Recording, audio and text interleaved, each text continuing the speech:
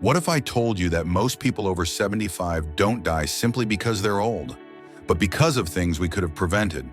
As a health expert who's worked with older adults for decades, I've seen a powerful truth play out again and again. Aging doesn't have to mean decline, yet too many people accept death in their late 70s or early 80s as something inevitable. Like the body simply runs out of time. But that's not the full story. In reality, the majority of deaths after 75 don't come from natural causes. They come from preventable conditions, things we can actually do something about. With the right knowledge and small lifestyle changes, we can extend not just our years, but the quality and independence of those years. In this video, I'm going to walk you through the 5 leading causes of death after age 75, the ones no one talks about enough. And more importantly, I'll show you how to guard yourself or your loved ones against them. Some of what you'll hear may surprise you. Some may challenge what you've always believed about aging. But I promise, by the end of this video, you'll walk away feeling empowered. Because while we can't control time, we can absolutely control how we age. You'd be surprised how many older adults pass away from something they didn't even know was happening inside them. As a health professional who's worked with seniors for over 20 years, I can tell you, heart disease isn't always loud. Sometimes it whispers until it's too late. So many times I hear people say, "I just thought I was getting older. Of course I'm tired after walking to the mailbox." But that fatigue, the shortness of breath, the tightness in the chest, those are not just signs of aging. Those are your heart asking for help. Heart disease is the leading cause of death after 75, and yet it's also one of the most preventable. High blood pressure, poor diet, lack of physical activity. These are not just medical terms. They're everyday habits we can change. What breaks my heart is knowing that many of these deaths don't have to happen. A small shift in daily routine, more walking, fewer processed foods, managing stress, can literally add years to your life. So if you're thinking, "It's too late for me," I promise you it's not. Your heart is still listening. The question is, will you start speaking its language before it's too late? Let me ask you something personal. Have you ever known someone who was doing just fine until one fall changed everything? Falls aren't just accidents. After 75, they're life-altering events, and far too often, they're deadly. As a health professional who's worked closely with older adults, I've seen how a single misstep can lead to a fractured hip, weeks in the hospital, and in some cases, they never really come back from it. What makes this more heartbreaking is that most of these falls can be prevented. Here's the truth. Our balance doesn't just disappear overnight. It fades slowly because we move less, sit more, and unknowingly let our muscles weaken. Add in medications that cause dizziness, poor lighting at home, and rugs that slide too easily, and the risk multiplies. What's worse? The fear of falling often does more damage than the fall itself. It keeps people from moving, from exercising, from living, and that inactivity only leads to more weakness and a higher chance of falling again. But here's the hope. This cycle can be broken. Strength training, even just twice a week, can rebuild the muscles that keep you steady. A simple review of your home, removing trip hazards, installing grab bars, can literally save your life. And if you're on medications that make you feel lightheaded, talk to your doctor. Adjustments can make a world of difference. Falls aren't just a part of aging, they're a signal. And when we listen, take action, and stay proactive, we can stay on our feet and in control for years to come.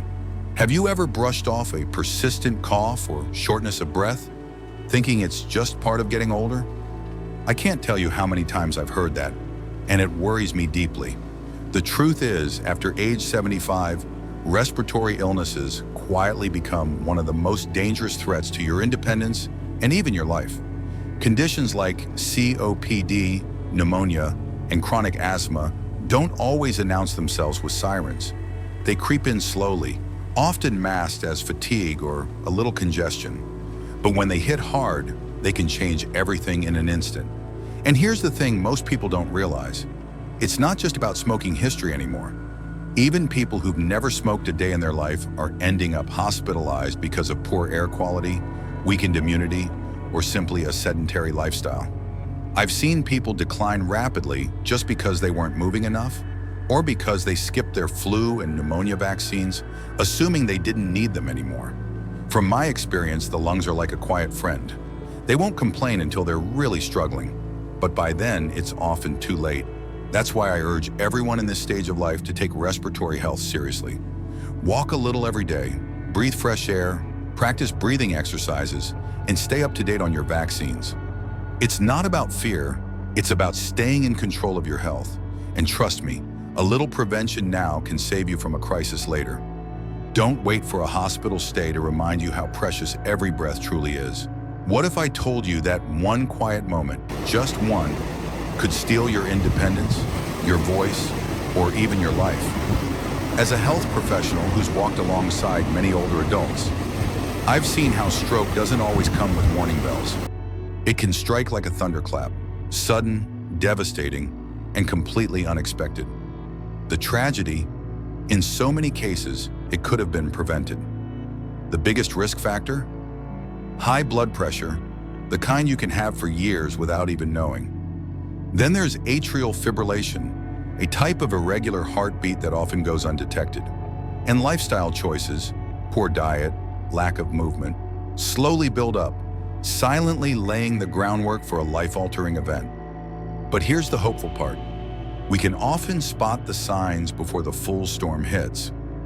These mini strokes, or TIAs, transient ischemic attacks, are like little nudges, your body's way of whispering that something's wrong. Sadly, most people ignore them. I've had patients tell me it was just a dizzy spell, or I felt off but it passed.